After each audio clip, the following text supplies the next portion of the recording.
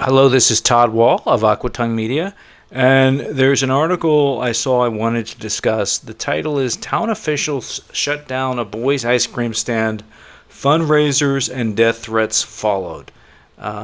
So the article begins bored and looking for something to do this summer. Danny Doherty hatched a plan to raise money for his brother's hockey team by selling homemade ice cream, and that appears to be the young man right here. But a few days after setting up a stand and serving up vanilla, shaved chocolate, and flutter nutter to about 20 people, Danny's family received a letter from the Norwood Board of Health ordering it shut down.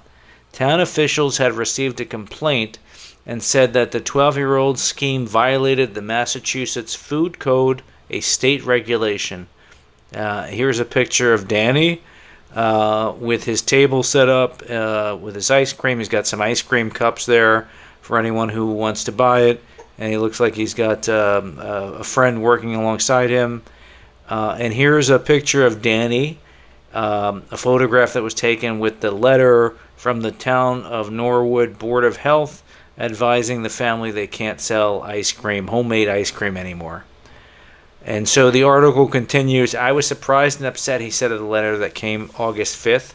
I don't understand because there are so many lemonade stands and they don't get shut down. Danny's mom, Nancy Doherty, who had encouraged her son to start the stand as long as he donated half the proceeds to charity, was also taken aback. Somebody complained. That's the most disappointing part for us. That somebody thought it was necessary to complain about a child's stand, she said. And it seemed a little, crazy if you ask me. The article continues, rather than give up, Danny decided to give away the ice cream and accept donations for the Boston Bear Cubs, a team featuring players with physical and developmental disabilities, including his brother who is autistic. And that's when the neighborhood fundraiser blew up and became the talk of Norwood, a suburban town about an hour from Boston.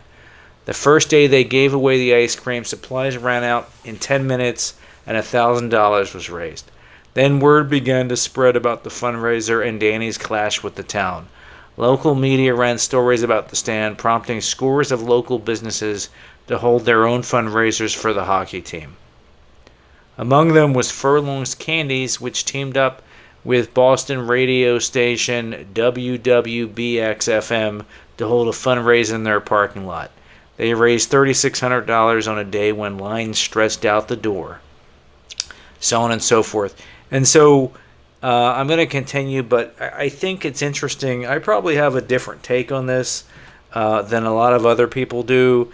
I know these stories are very popular. You've got, and I've seen stories like this before, the overzealous town that's regulating unnecessarily, particularly when it involves children. I think there's been situations like this before where children's, selling food items or whatever, they don't have the proper permits, they're shut down, then there's sort of an outrage. Doesn't don't the people in the town who the administrators have any kind of common sense? This is just a child, it's a good cause, blah, blah, blah. That's all fine and good. In this case, apparently the ice cream was homemade.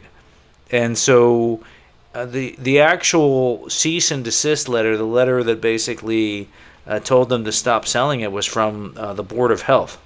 And so I think there were some genuine concerns about, I don't think making ice cream is the most simple, straightforward process. There's concerns, if people got sick, obviously that would be a problem for the town. There are other things as well.